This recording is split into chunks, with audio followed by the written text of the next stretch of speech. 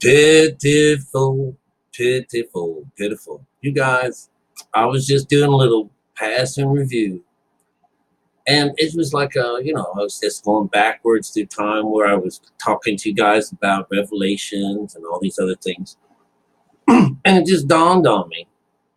Like it just dawned on me. Listen, it's funny. Nothing just dawned on me. It is just pitiful. Just pitiful. The 3 or 4 people, I'm going to knock it down to, let's say, the way we do it in church. Maybe this is how we should do it. Well, when we would count up church, what we would do is we always left a spot there. We always counted that Satan was there, no matter what. Come find out that all of us were Satan. It's the funniest thing. But generally, what would be it's about the political side, or the business side of the church. Is this what I'm talking about? I've got a good mixed on both sides. But what happens is just that 10% of the great congregation is basically the ones that put on the whole show. And that does include your preacher. It may or may not include your your higher ups and stuff like that, the deacons and things.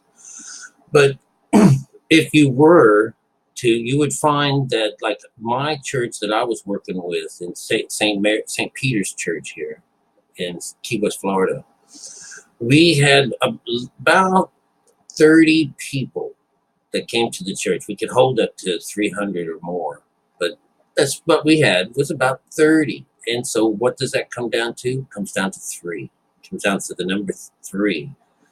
And I always used to say, I was the only white guy in there, for a good long time. And I was the guy that was doing all the cleanup and slavery and all that stuff, for the Lord and for this beautiful black church. I just loved it. But it was just it needed some work, But anyhow, 10%, there was only 3 of us that took care of the church. And, 2 of those people died. And that 3rd person was me. And then a few years ago, less than 4 or 5 years ago, I guess that's when I started drinking, a real preacher came into town and turned that church around. Had a great time. His name is Father Sullivan. Just an amazing guy. And this is how I actually got kicked out of the church, because I just started questioning things and asking him questions. Hey, look, I got someone I could actually talk to who wraps his life around this Bible. And oh, wow, how cool this is. What a nice guy. Well, he wound up dying, He gave me all his shit. And I said, motherfucker, man. You see, he used to be one of those monks a long time ago. He had to give up all of his stuff, and he was a bartender and an electrician and all these things. He had already gone to school, but he gave all of that up so he could go and be this, vow of silence and monks and all this stuff. So he gave up all his stuff. He gave all his friends all his stuff. And then come find out some 20 years or some years later, because he actually moved out of that group some good number of years later, and he came to be an Episcopal preacher. And on top of that, he gained all of his shit back again, and son of a bitch, because we were good friends. And he turned around and gave that shit right back to me. That's some shit. But basically how it works. So let's say that we have to have 10% of, I'm not believing that I have 200 people in my, or less, around that area. I'm not saying that I have that, Every time I tell people or squeak something out of my mouth that makes you into Jesus or call God in some kind of way, the numbers flicker a little bit. And I wonder where the hell to hear it from, because it ain't showing up on my list here about who's listening in or not. But it's pitiful, just pitiful. And do you think I give a fuck? No, I don't. I'm already a nut. Some people would think I'm crazy, but that's the way they would be with anyone who thinks they can read the Bible correctly, or can show someone that there's some kind of a formula to it, oh yeah, but I can prove all that stuff, every bit of it. you know.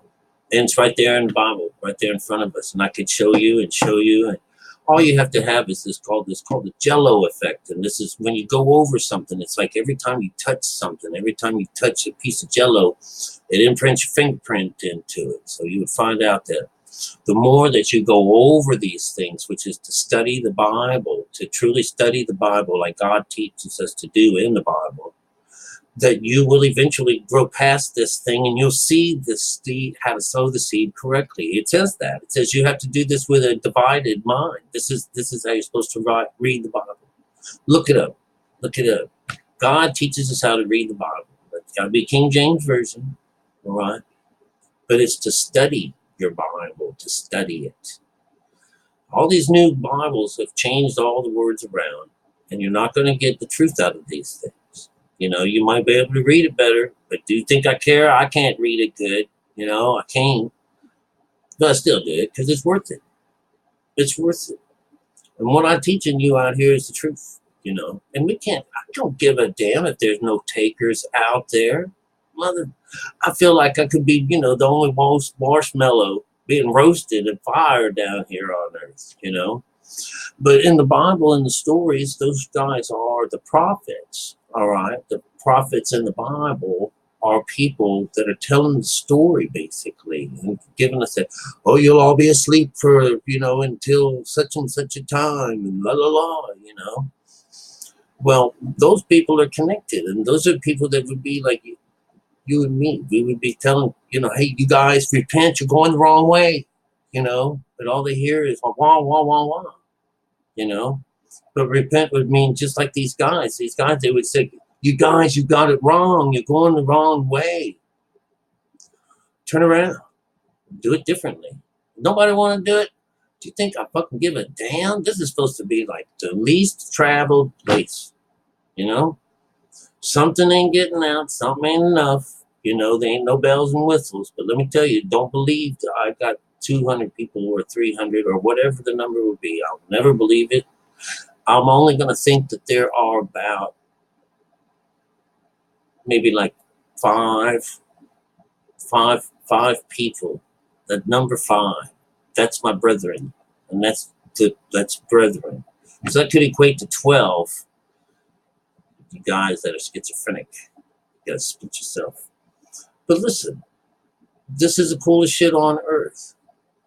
I just heard them talk about measuring the temple yesterday and how they're going to pressure, you know, God to come alive a lot faster for the race of the Messiahs is on. You know, here, I'm going to write that down. That should be the name, race of the Messiah.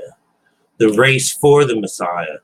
Because let me tell you, there's like 4 of them. There's like 4 of them. They better make way for Krishna, and they better make way for Buddha too, you know. So it's, you know, it's the starting point, you know. But it's basically, they don't understand it's the ending. Whatever they are going to do, it's going to screw up the balance down here on earth. And our time won't be very much longer after that. That's coming from a prophet, you know, what they say. What they say is a false prophet is the one that I spoke of yesterday when this guy was talking about he spoke with God. He spoke to God. He spoke with God. And God told him this and stuff like that. It just doesn't work that way. I wasn't told anything. What I'm telling you is how to read the Bible. and I'm guessing at everything else, you know, because it doesn't have any, there isn't anything else in there that's telling us that we're doing something wrong. Let's learn how to read the Bible by the Spirit. And if no one can understand that, you know, and it's well to them, we got to go. I don't care. It doesn't bother me to let them know that, you know, enjoy your poverty. All right? You know, the Bible tells us you're dead, you know. Yeah, he also said that I was dead. Everyone was dead. So what? All right? Oh, you're open and oh, you're woke. You woke? Yeah, I'm woke. I'm woke. Yeah, that's what I am. You know, that's weird. No, I just got assistance, and I know how it works now because it happened to me. I had something happen just recently, just flared up my anger, just like, God damn, you know, and shit fire. And I even said to myself, damn, this is going to take heaven right out of me because I'm just getting mad, and like something's wrong. And then it was like, well, why don't you try this? That was a thought. I just got to chill. Not a spooky chill. It was like one that just came through me. It says, why don't you share? And you say, God. And it was gone. All the meanness and everything just disappeared, just like that, And it reminded me of the story whenever Buddha was getting ready to meet Mara, and that's the devil, right?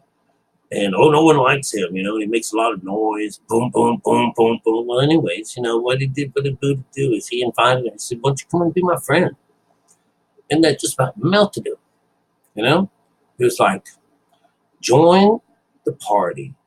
And the devil would be like, well, no one's ever asked me anything before. I've never had a friend before. But that's how the story goes. And so what he's showing here is that, join with us.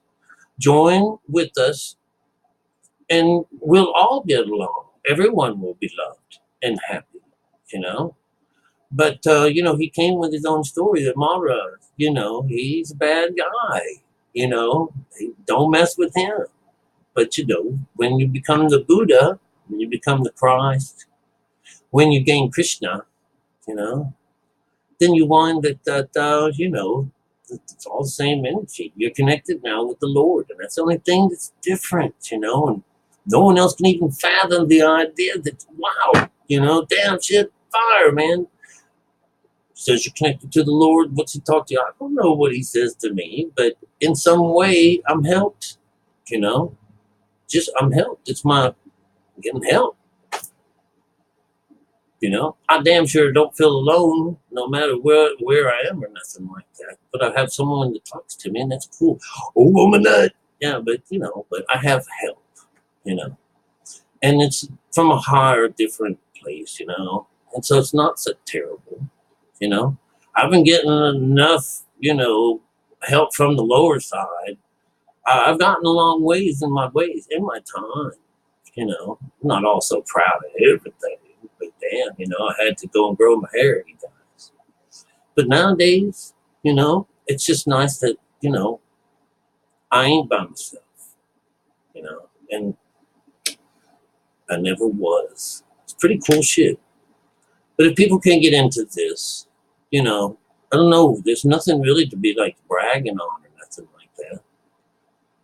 But what a cool road to travel if that's what you could. If you could, if you ever made a little time in your life, it has to be an end game thing, So at the end of the time, let's see.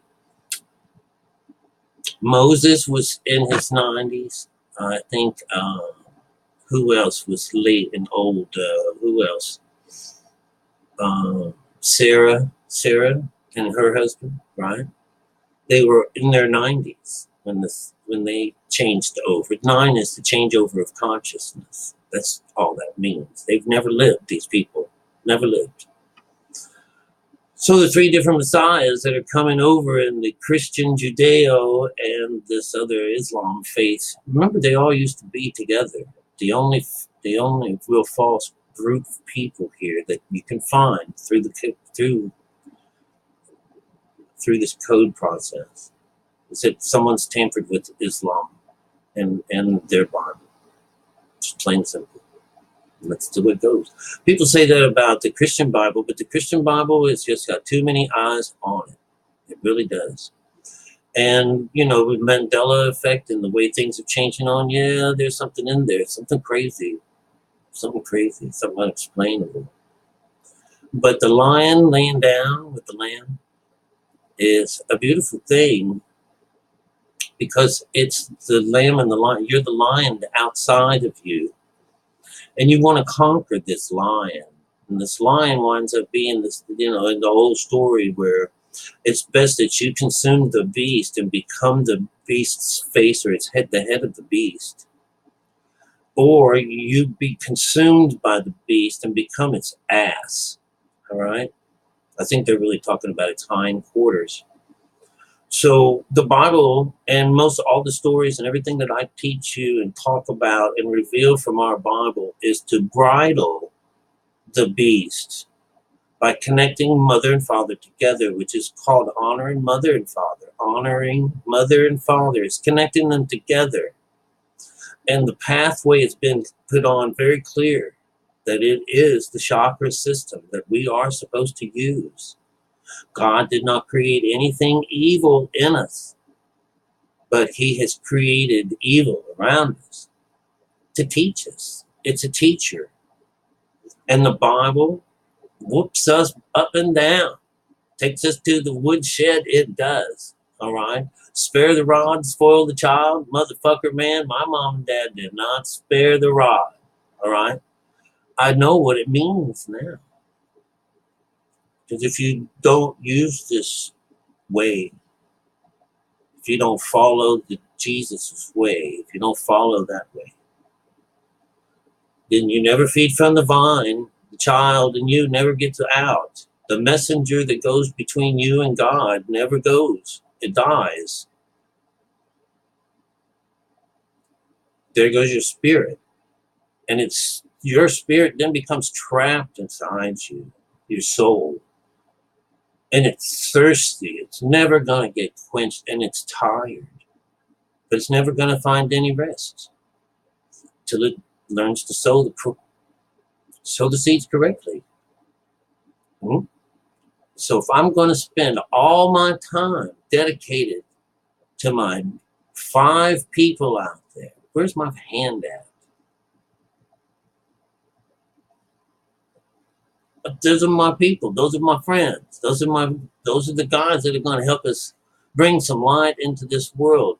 And it gives a damn about the other people that can only hear wah, wah, wah, wah, wah.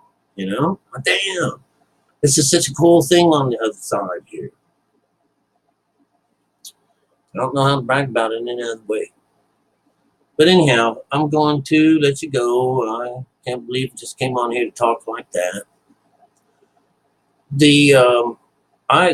I know what I did. I started to tell you about Revelations when we talked about the measuring the temple. That's how it came. This whole thing came about. You know that the temple is your brain, and there's a spiral staircase to go up into this brain, and there is outside the courtyard. Measure not the outside courtyard. That belongs to the Gentile. That's the lower mind. They were taking measure in the right side of the brain, you know. It's just a beautiful story, but that's how it works. Just so much earlier than that, you know, the 3s come into mind that you've been, you know, 4 angels get a chance to take down three parts of you, you know, and they pour their wrath out on all 3 parts. And it goes really quick, and then God puts a stake in you, and you are now part of his world. He didn't conquer the world outside like the event and all these other nuts want to think about it, you know. And it's not the end of times. It's the end of your death on earth, and now you're alive. That's why God comes to you. Jesus comes to you so that you may have life and live life more abundantly. Well, memo, you're all dead. You're all dead. You should heed some of this crap, all right? Motherfuckers, I just can't see it. But anyways, I've gotten my assistance. If you don't need any of your assistance, you're living off your life, you know, what a folly, have a great time, enjoy life. I'm getting on. I'm going to tell more stories. I'm going to reveal more of our Bible and coming through Revelations, all right? Anyways, Revelations is an eye-opening event, all right? I got mine. We're working on yours, all right? I love y'all. I really do, you know? You're with my time. I'm learning how to teach this. I'm learning the Bible inside now. It's going to be good for something. I don't know what, but I'm going to learn. It's doing something to me. Chat with you soon.